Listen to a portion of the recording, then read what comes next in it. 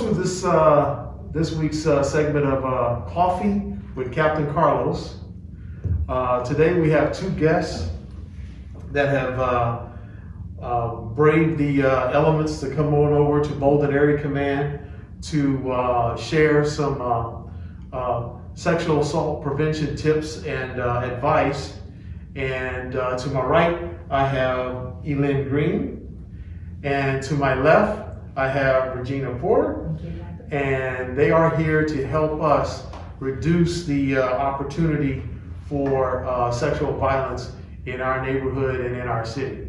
So we're going to go ahead and start off with basically either one of you, how do we prevent a known sexual violence encounter with someone that is known to the victim? I think that we have to, when we look at the word prevention, we have to understand that there are ways to reduce the risks and reduce the opportunities, but it isn't always preventable for a lot of different reasons. And one of the things that we often see is the secret nature. People don't want to disclose that something happened to them, so it happens over a period of time, and then, especially when it's young children, the disclosure comes out, or they share that with someone other than their family member. So we now have this very complicated situation of a family member or a family friend that's known, that's trusted, and yet nobody knew that they were doing something like this. And sometimes there's that sense of disbelief. I maybe misunderstood, this couldn't be happening that way. So it really is important that parents are alert and aware when there's changes in behavior. Might not be that they're being abused, but there could be something else going on. Being aware of changes in behavior, also being aware of changes in behavior of the family member or friend. They may be more secretive, they may be coming around more, bringing gifts for a child in the family, for example, things like that. It's okay to ask questions. Often when it's a family member or a friend that we trust, we don't ask those questions. And it's okay to set limits. No, I'm not comfortable with you taking my daughter overnight. There's no reason for that. It's okay. And sometimes because it is a trusted family member or friend, we're embarrassed. We don't want to set those limits. So that's the first thing. And it really is just about being aware of where your children are and what they're doing. I know it would be, I could see how a parent could feel uncomfortable putting those barriers out there with someone they quote unquote would say that's their friend, and they wouldn't expect their friend to do something like that to their child. And then they would not want to say cross the proverbial line and say, hey, you know, we don't want to put that barrier there because you think it's going to impede your friendship or things like that. But in looking at this and in the big picture of things, it's the protection of your child is the ultimate, or the protection of whoever it is that you're in care of, that you can step in and be that barrier.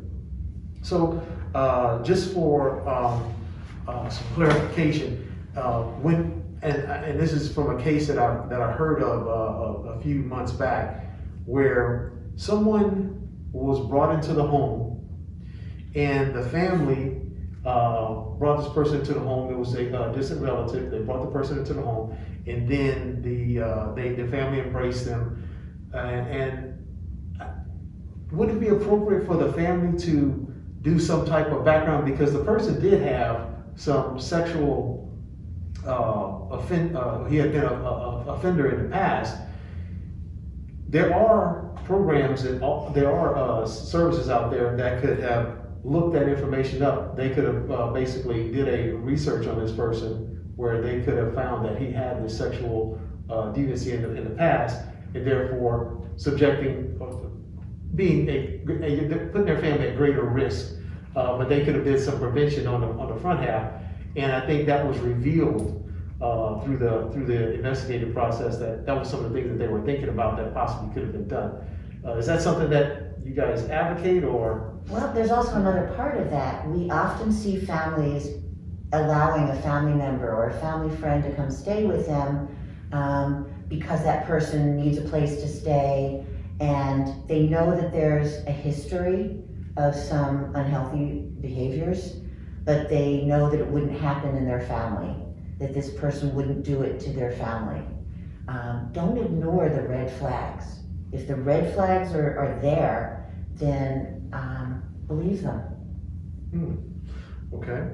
So, can we talk about some statistics that, I read that there's something like, I believe that only like 25% of all sexual assault cases are reported to the police? Correct. Okay. Could you expand on that? The reason why a lot of the times that we've noticed that so many minimal cases are getting reported because there's a lot of times families want to keep the privacy in the home. There's still a lot of people that have that old myth that what happens in our home stays in our home. Even though now we're telling them there are resources out there to help you, they still guide by that. We also finding out that a lot of times that family member is in disbelief that an uncle or the stepfather or the father can actually do this to my child. So that's the reason why a lot of times those type of cases do not get reported. And then what we classify as date rape cases, a lot of those do not get reported because of the fact that they feel that you're not going to believe me anyway. So that's the reason why a lot of our cases, are unreported. Okay. And a lot of There's one other thing that I wanted to add, especially when we have immigrant families. Quite often they're afraid that the police will be notifying immigration authorities or questioning their legal status here in this country. That is not the case. We do not ask that. Right. We do an investigation. But Regina made a really good point. It's that questioning of, will they believe me? And quite often they don't trust law enforcement because historically, and our department has had so much training and has done a really good job, but historically, the question was asked, well, why were you there? Why did you go to that apartment? Why were you drinking with that person? As part of the investigation, and that's where the partnership between law enforcement and victim advocates is so important because you have to ask the question. You in uniform have to ask, what time did you start drinking? How many drinks did you have? And the victim advocate can be that person to help support the victim and explain to them, these are questions they have to ask for the investigation. Because if they're not asked now, someone's going to ask it at some point. And I think that that's a really important piece, and that's where that collaboration comes in. And just to be clear, both of you are from the Las Vegas Metropolitan Police Department Victim Advocate Section, correct? Yes, All right. So we didn't put that out there at the beginning. That's my fault, but I just want to make sure that everyone understood that. And you brought up some good points about date rapes and things like that. Social media has exposed an opportunity, and I believe some of the sexual predators out there are taking advantage of social media to take the opportunity to take advantage of maybe some unknowing or someone that may be looking at the situation in one situation, a friendly relationship, where they be the predator is looking at it in a totally different way. Could you guys expand on that a little bit? Well, that's where some of the prevention tips come in.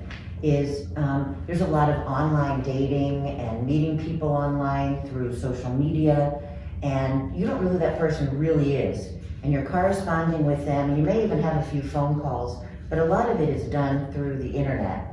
And then when you have that opportunity to meet them and you go to their apartment or you go late at night to some location, again, your risks are increased. It doesn't mean it's your fault, but it's really important. Let someone know where you're going. Choose a public place, and choose a public place more than one time until you get to know that person, because online you can be anybody. And again, if there's red flags, listen to those, listen to what your gut's telling you. and don't give them a second chance.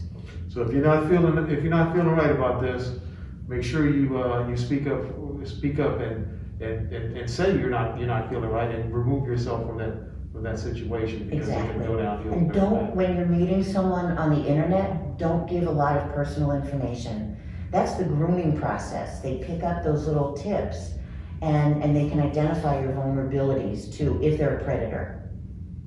Excellent. And if I also may add to that as well, is we also let them know that we understand sometimes we do want to go out and have fun, but if someone, a lot of times we get someone from the other end that'll say, he ordered this drink for you, or she ordered this drink for you. So we tell them, please be careful about that. Please do not accept drinks from people that you're unaware of, because of the date rape drugs such as ecstasy and different things that are out there. Some people are placing that in their drink, and next thing you notice, they're out and they're not even aware of what really happened. So that again goes back to, that's the reason why some of them are unreported, because no one wants to feel like, this happened to me because I was under the influence of alcohol. And they may think it's alcohol, but it really wasn't just alcohol.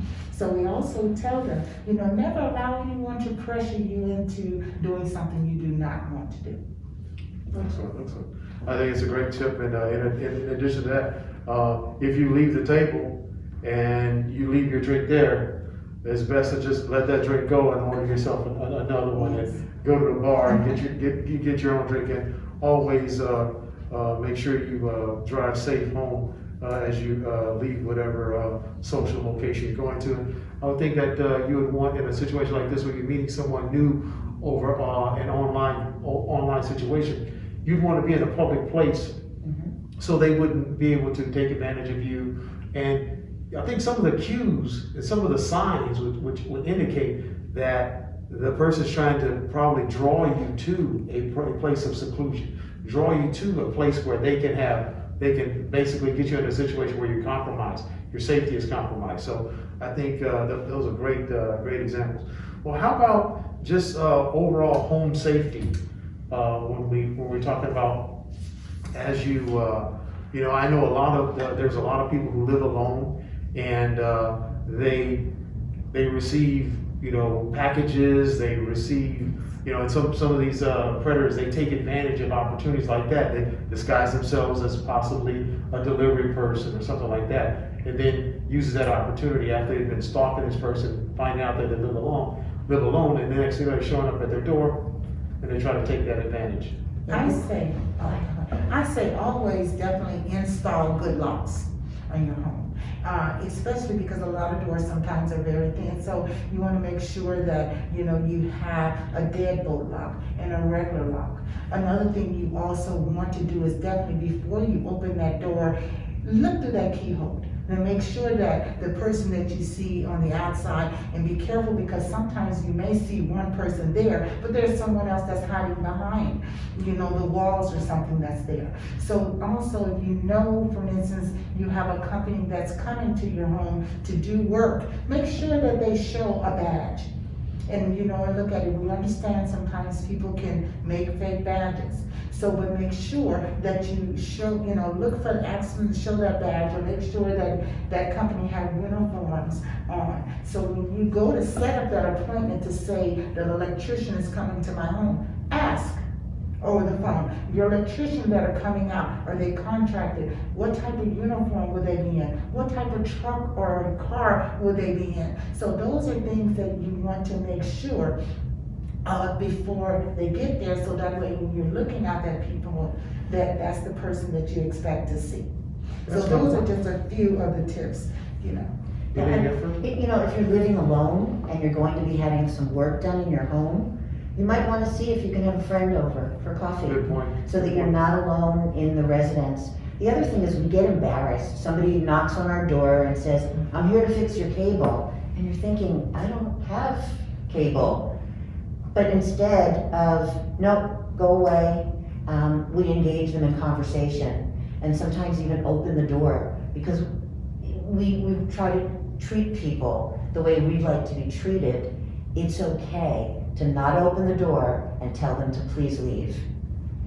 or tell them they have the wrong address, and that's the end of it. Don't open the door, don't engage in conversation. But something else for people that live in homes where they have control of the area around their home, keep it well lit. And also if you have shrubs that are growing all over the place and covering your doorway, they look really nice from the street, but that's a great way for someone to hide.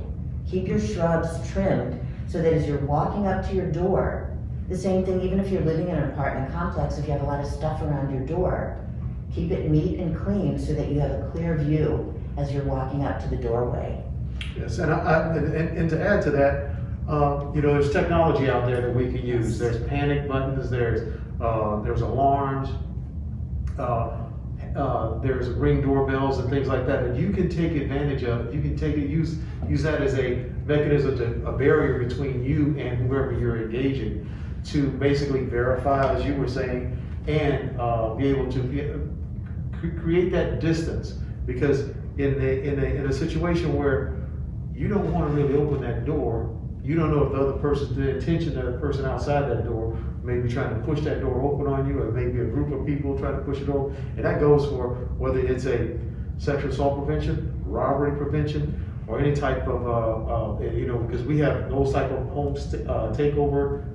But as the crime is perpetuated, it's because we provide, as a victim, we provide the opportunity sometimes for the suspect to get that foothold in the door and then make their way into our residence and then victimize us. And we What want would to be great victimize. is if companies or businesses would get behind the technology, the Ring doorbells and the Nest systems, and have special packaging for low-income families It's good. in their homes. What a great opportunity.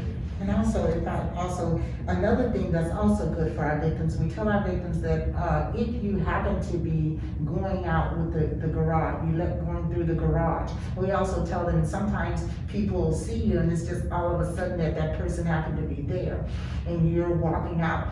Most cars right now have what they call a key fob. There's a panic button that's on that key fob. We tell people, use that button. That is what it's for. Because a lot of times, individuals do not like loud noises. So if you use that panic button and let it keep going off, not all the time, but most of the time that person may run away because they do not want to deal with. They don't want that attention. No attention. They don't want that attention. They want to commit their crime and get away. So, one thing, at one time here at Metro, we had on a previous sheriff, great Sheriff Doug Gillespie. He had a thing where he was talking to Surrey on his phone. He was walking across the street, and he was walking across the walk path, and he almost got hit by a car. So it was showing the importance of being aware. Okay, and I would just like to bring that point here. Being aware.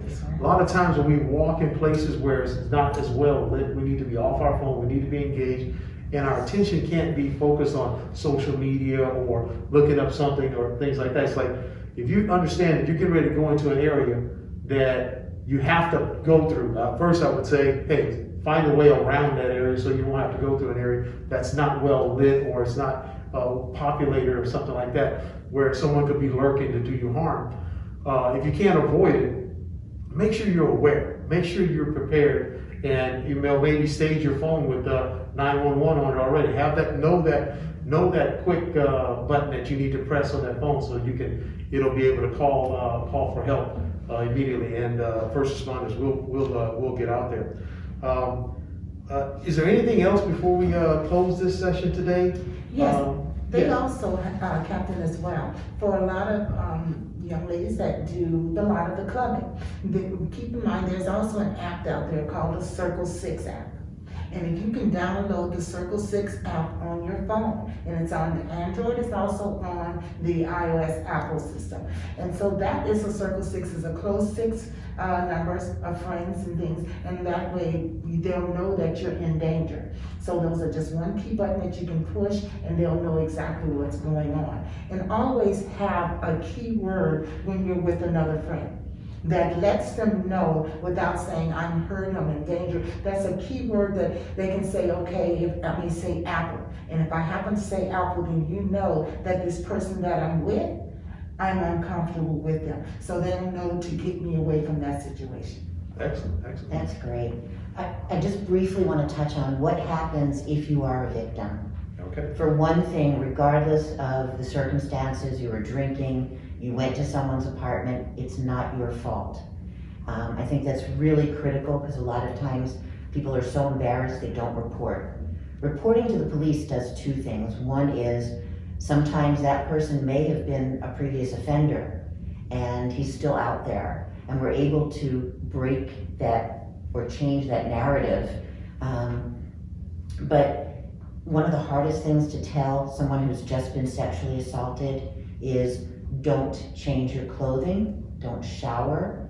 And that's so hard because you feel disgusting and you want to get those clothes off and you want to get clean, but that's evidence. Because we have come so far with DNA technology, and now we can actually tell where fingerprints might have been on your shirt or other bodily fluids, including on your own skin, DNA that's not yours. So that helps us to build those cases.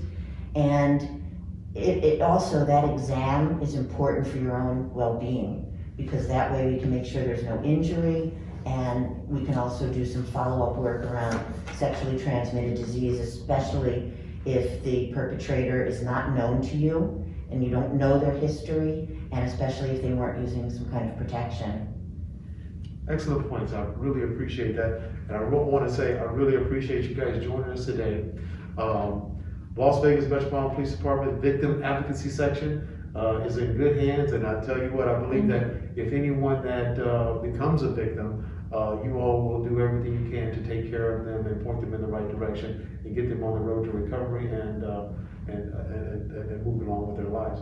Can we throw a number out there? Yes, you can. It is 702-828-2955, and we have advocates answering the phones between 7 and 5, Monday through Friday. And otherwise, if you leave a message, someone will call you back if there's no one to answer the phone. And also, we are here, but also if for some reason it's after hours and you need to speak with someone immediately in Las Vegas, we also have what they call the Rape Crisis Center, and we partner with them all the time. And if I may provide their telephone number for you. Their telephone number is the Rape Crisis Center, and their number is 702-366-1640. Ladies, thank you for joining me today. Thank you I for really having appreciate you coming over to Bold Area Domain and this COVID-19 era. And I think it's best that we do our best to provide the citizens with as much information to prevent them from becoming a victim of a heinous crime like this. And thank you for joining us for another episode of Coffee with Captain Carlos. And as always, keep up that bold and pride.